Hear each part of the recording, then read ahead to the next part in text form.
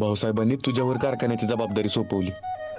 आता तू परत कारखान्यात येणार हे बघून लय भारी वाटते. मी लय चुकीचा वागलो कृष्णा तुझ्याशी, त्यासाठी मला माफ कर.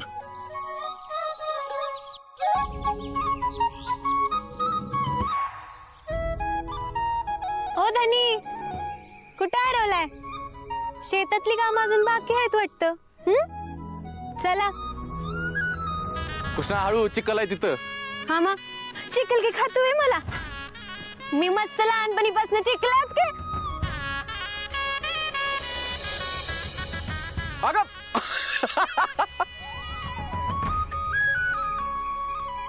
तुझी लहानपणी सवय गेली नाही वाटतं चिखलात खेळायची. हा, तुझं हसून झालं असलं तर मला हात देऊन उचल की. आलो आलो.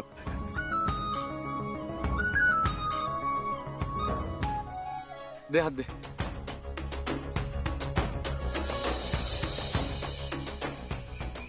लहानपणी कधी चिखलात खेळलं नाहीस ना. हे घे खेळ. लय हसायला येतं ना तुला. ठीक आहे, बघतोस.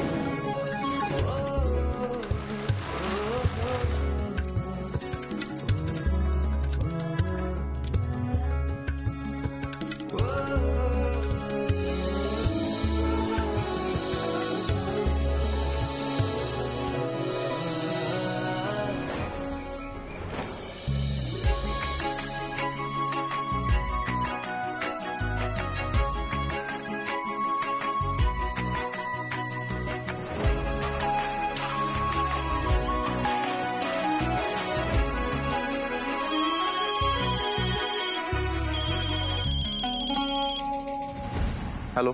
अरे हा काय वेडेपणा चाललाय तुझा राया? का वागतोयस असा? अरे ऐक माझं, परत ये घरी. हे शेतीबीतीचं खूळ डोक्यातनं काढून टाक बघू. नाही हिंमत होणार माझी भाऊसाहेबांच्या पुढे जायची. अरे असं नको बोलूस. ये घरी परत.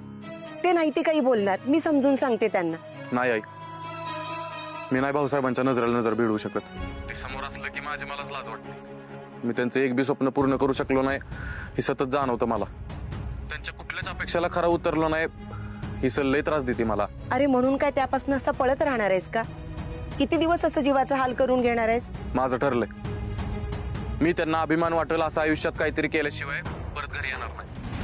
मी इथं शेतावर राहणार आहे. माझे कपडे इकडे पाठवून दे. राया, आई माझा निर्णय बदलणार नाही. कुणी किती बी काय बी बोललं तरी. चल ठेवतो मी पण.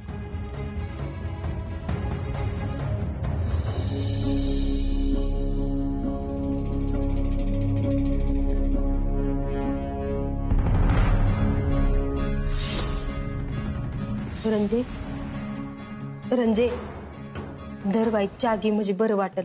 नाही नको. अगं रंजे, मला कळतंय तुझ्या मनाची काय अवस्था झाली असेल. मला बी ऋतिकला जेव्हा कारखान्यातनं काढून टाकला का नाही तेव्हा असाच लई त्रास झाला होता बघ. मला माहित आहे ह्या समध्यात ऋतिकची चूक आहे, पण माझं बी आईचं काळीज आहे की ग. आणि ही तर रायाची काय बी चूक नाही, तरी बी त्याला शेतात जाऊन काम करायला लागते. म्हणलं तुला किस्ता त्रास होत असेल ह्याचा तर मी विचार बी करू शकत नाही बघ. आता तर कपडे पाठवून दे म्हटलाय शेतावर. घरी यायचं नाही म्हणतोय राया. काय? अगं असं कसं राहणार ते तिकडं? काय नाही बघ रंजे, ही समज का नाही तुझ्या सुनाचंच काम आहे. तिनंच सांगितलं असेल घरला जाऊ नगस म्हणून. तिला चांगलंच माहित आहे ग तुझं आईचं काळीज आहे म्हणल्यावर तू लगेच इरगाळशील आणि म्हणशील तिथं राहताय त्याच्यापेक्षा तुम्हाला एखादा वेगळा बंगलाच बांधून देती. मग काय तिच्यासाठी चांगलंच आहे की ग. बंगला तर बंगला बी झाला, वरनं आणि कुणाचं काय ऐकून बी घ्यायला न ग. रंजे, ही घर फोडायचा तुझ्या सुनानं चांगलाच डाव खेळलाय की ग. ही असं जर तिच्या काही मनात असेल ना तर मी असं काय होऊ देणार नाही. मी माझ्या रायाला माझ्यापाशी आणीन. बघते कसा वेगळा राहतो ती. तुझा मस्त जीव तुटतोय ग त्याच्यासाठी. पर त्याच्यावर त्याच्या बायकोनं जादू केल्या, त्याच्यामुळं ती म्हणल तसाच वागतोय, तसाच करतोय. त्याला आपण तरी काय करणार रंजे? रंजे, निस्ता तुझ्या माग माग असायचा बघ राया. पर आता एवढा मोठा कारखाना सोडायचा, शेताव जाऊन राहायचा निर्णय घेतला, तर एका शब्दाने म्हणून तुला विचारलं का ग त्यानं? अहो अहो, कुठे निघालात? शेतावर चाललाय ना रायाला आणायला? आम्ही त्यांना शेतावर पाठवलं नाही. आम्ही कशाला जाऊ त्यांना आणायला? अहो असं नका करू. तो शेतावरच राहायचं म्हणतोय.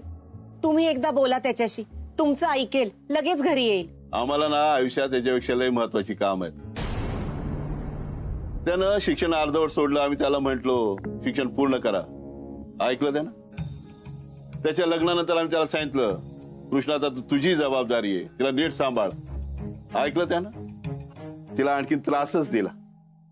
आम्हाला ना आमच्या सन्मानाला त्याच्या पायी ठेच लावून घ्यायची नाही. आणखी काय, तुमचा लेख आता मोठा झालाय, त्याची जबाबदारी ते सक्षमपणे पार पाडतील. त्यांना जेव्हा पाहिजे त्यावर परत येतील शेतावरनं. नाही येणार तो, तुम्ही त्याला बोलवलं नाहीत तर. तुमच्या समोर यायची भीती वाटते त्याला. तुम्ही 2 पावलं माघार घ्या, सगळं सुरळीत होईल बघा. येतो आम्ही. अहो ऐका माझं, असं नका करू. त्याला सवय नाही असं राहायची. अहो ऐका ना, असं नका करू. अहो त्याच तर दिवसाची वाट बघत होती मी. आता समद माझ्या मनासारखं होतंय. तुला बसल ना गराम्याच्या बायकोची साडी? न बसायला काय झालं? साडीला साईज नसती राया. अगं पण तिची कापड तुला. मला चालतेल. ती काय माणूस नाही वे. अनार तिनं मला तिच्या ठेवणीतली साडी दिली. असं पण मला भिजवण्याच्या आधी विचार करायचा होताच ना. अगं माझ्या ध्यानातच नाही आलं की तुला भिजवताना. मी काय म्हणतो कृष्णा, तू नको थांबू इथं. तुलाही सगळं नाही झेपणार. तू आपलं बंगल्यावर जा आणि कारखाना सांभाळ, मी शेती सांभाळतो. हा, अजिबात नाही. तुला मी इथनं घेतल्याशिवाय कुठं बी जाणार नाही. आणि मी कारखान्याची जबाबदारी तेव्हाच घे जेव्हा तू माझ्या सोबत येशील. आणि नशील येणार ना तर तसं सांग, मी पण इथंच राहते. अगं तुला कसं कळत नाही कृष्णा? तू इथं थांबलीस ना, तू उगाच गावात चर्चा होईल की भाऊसाहेबांनी आपल्या दोघांना घराबाहेर काढले. आणि तुला तर माहिती की भाऊसाहेबांना कोणी काय बोललेलं मला अजिबात खपत नाही. हो ना, मग तुला एवढीच काळजी वाटते तर चल माझ्या संग.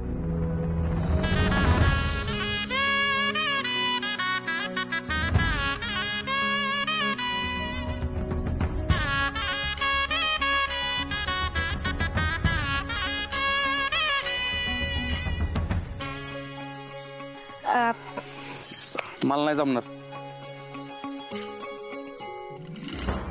राया, मी तुला घरी आणि कारखान्यात दोन्हीकडे बी घेऊन जाणार म्हणजे जाणारच.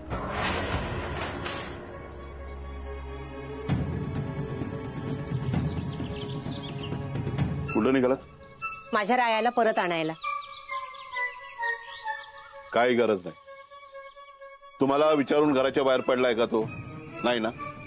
तुमच्या असं सतत त्याला पाठीशी घालण्याच्या सवयीमुळे ना तो आणखीन चुकीच्या मार्गाला जाईल. हे काय बोलताय तुम्ही? आई कधीही लेकाला चुकीच्या मार्गाला जाऊ देत नाही. आणि दुसरी गोष्ट, माझा राया कधीही चुकीच्या मार्गाला गेलेला नाहीये.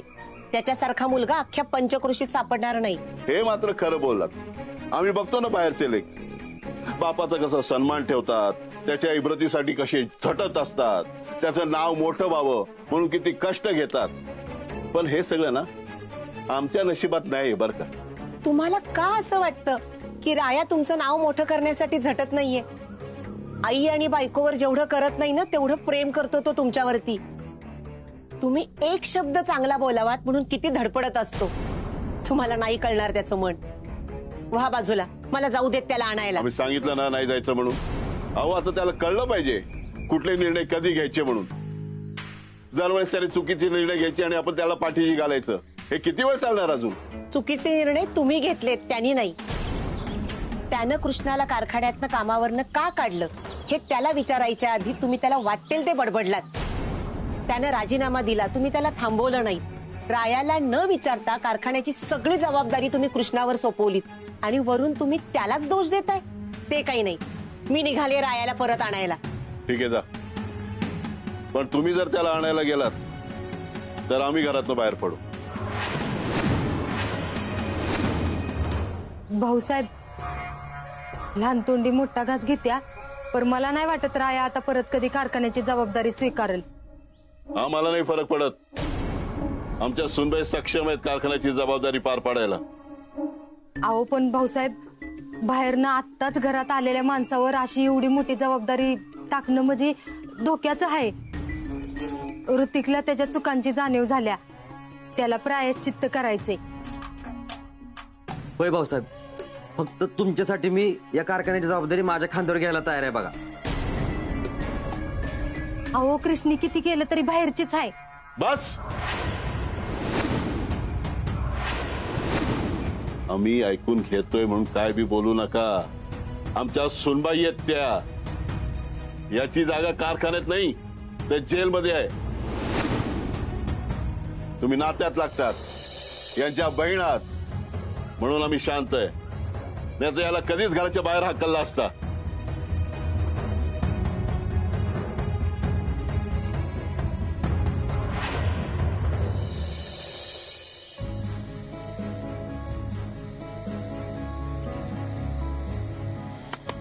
शाले, ए शाले, इकडे. काय हो? काय तुला डोक्याचा भाग आहे का नाही? काय झालं? छोट्या मालकीन बाईला स्वयंपाक करायला लावलं शिवाय. अहो मी कशाला सांगते त्यासनी, त्याच येऊन बसल्यात, माझं पण ऐकणं झाल्यात. आता तुम्हीच सांगा त्यासनी. अगं मी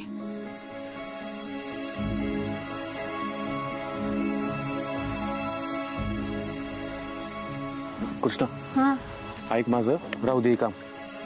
का? तुला माझ्या हातचं जेवण आवडत नाही? अगं तसं नाही, मी काय म्हणतो, तू जर इथे राहिली का नाही तर आम्ही त्याच्या बायकोची लई अडचण होईल.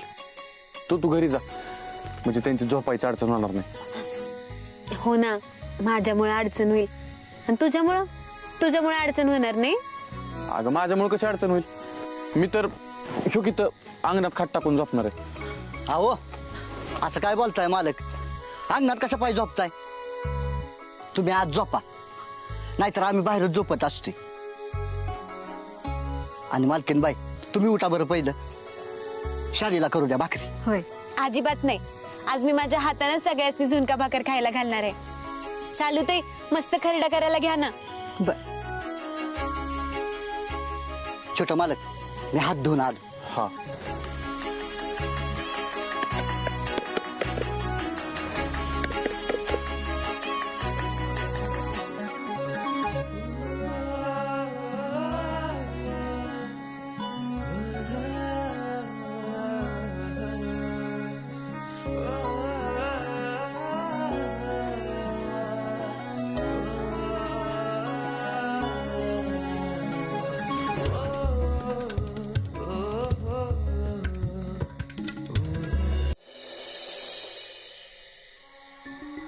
झालं का तुझं समाधान? भाऊसाहेबांच्या पायावर डोकं ठेवलं, त्या कृष्णाची माफी मागितली, शेवटी काय मिळालं? त्या कृष्णाची लायकी तरी आपल्या समोर उभं राहायची, पण तरीही मम्मी मी त्याची माफी मागितली. काय झालं? एवढं ऐकून घ्यावं लागलं आणि कारखान्याची जबाबदारी तिने स्वतःवर पाडून घेतली.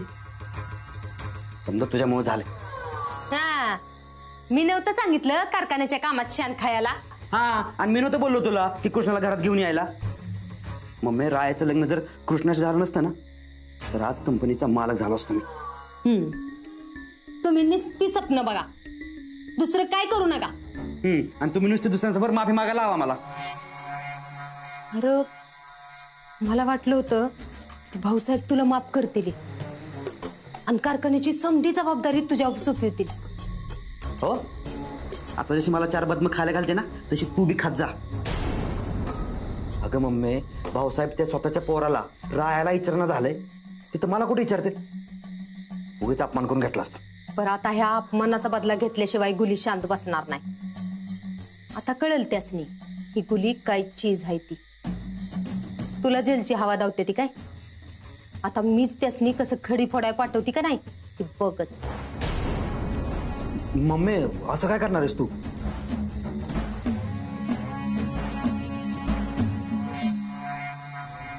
हॅलो. एक लई महत्वाचं काम आहे, लवकरात लवकर झालं पाहिजे.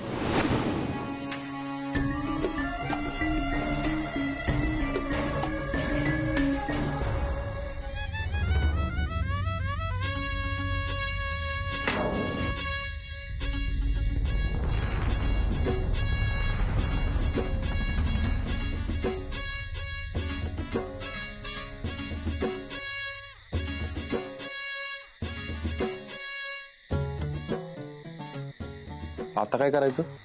झोपायचं. पण थांब, तू झोप इथं. आणि तू? तू झोप तरी, झोप.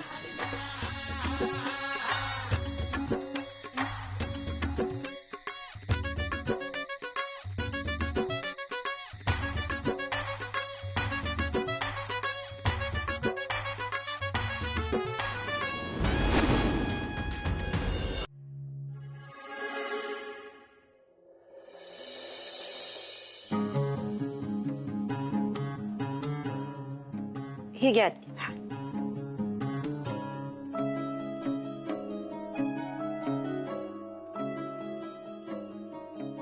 नाश्ता आण की काहीतरी चांगलं गोड काहीतरी बनवून आण. इथं तुमचा नातू तिकडे शेतात राहिलाय. एवढ्या थंडीचं विंचवा काट्याचं रानाच्या घरात कशी रात काढली असेल त्यानं. त्याचं तुम्हाला काहीच नाही वाटत आहे? यात काय वाटायचं? उलट बरं झालं की ती दोघं जण तिकडे गेलीत. कोणाचा त्रास नाही, कोणाच्या उकाळ्या पाकळ्या नाहीत. तुला काय झालं? उभे उभे ठसका कसा लागला? नाही, काय नाही. झोमला असेल तुला. रंजी, ही बघ बरं, असं असतंय ह्यांचं. मी आता ह्यांच्या नादाला तरी लागली होती का? माझ्या नादाला लागायची हिंमत बी करू नकोस. मी भाऊसाहेबांच्या बी पुढची आहे. मला वाटलं तुम्ही रायाच्या आजी आहे म्हणून यासनी सांगाल त्याला शेतात आणायला. तर तुम्ही तर खुश आहे. हा मग आहेस मी खुश. माझ्या राया संघ किशनी आहे आणि त्याची काळजी ती नीट घेईल. असू दे.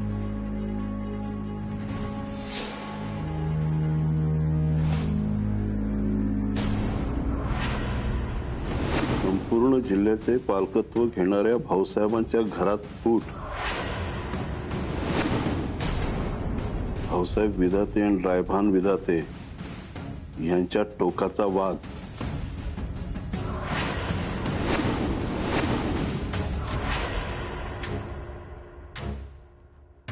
काय कोणी दिली ही बातमी? ही बातमी घराच्या बाहेर कशी गेली? काय विचारतोय आम्ही? कुणी केलं हे? आम्हाला नाही माहिती. आम्ही कुणी नाही केलेलं. समद्या जिल्ह्यात पोचली असेल ही बातमी. रायानं असं नव्हतं करायला पाहिजे. घरातल्या गोष्टी घरातच ठेवायच्या ना. रायाने तर माझ्यापेक्षा लय मोठी चूक केली. हे काय बोलताय तुम्ही? कशावरून रायनेच केलं हे सगळं? अहो, आता आम्ही कुणीच नाही केलं म्हणल्यावर दुसरं कोण करणार? त्याच तर भांडण झालं होतं भाऊसाहेबांबरोबर. काय मिळालं असेल रायाला हे असं घरातलं भांडण समद्यांसमोर मांडून? इथं त्यांचं नाव पाक बदनाम झालं. आणि जी माणसं इथं त्यांच्या घराकडं एवढं आदराने बघत होती ती आता काय म्हणतील? भाऊसाहेबांनी तर पाक तोंड डावायच जागा राहिली नाही. हाय, आजपर्यंत तुम्ही आम्हाला खूप वेळेस मान खाली घालायला लावली. दरवेळेस आम्ही तुम्हाला माफ केलं. आम्ही हे फक्त तुमच्या चांगल्यासाठी करत होतो. पण या थराला जाल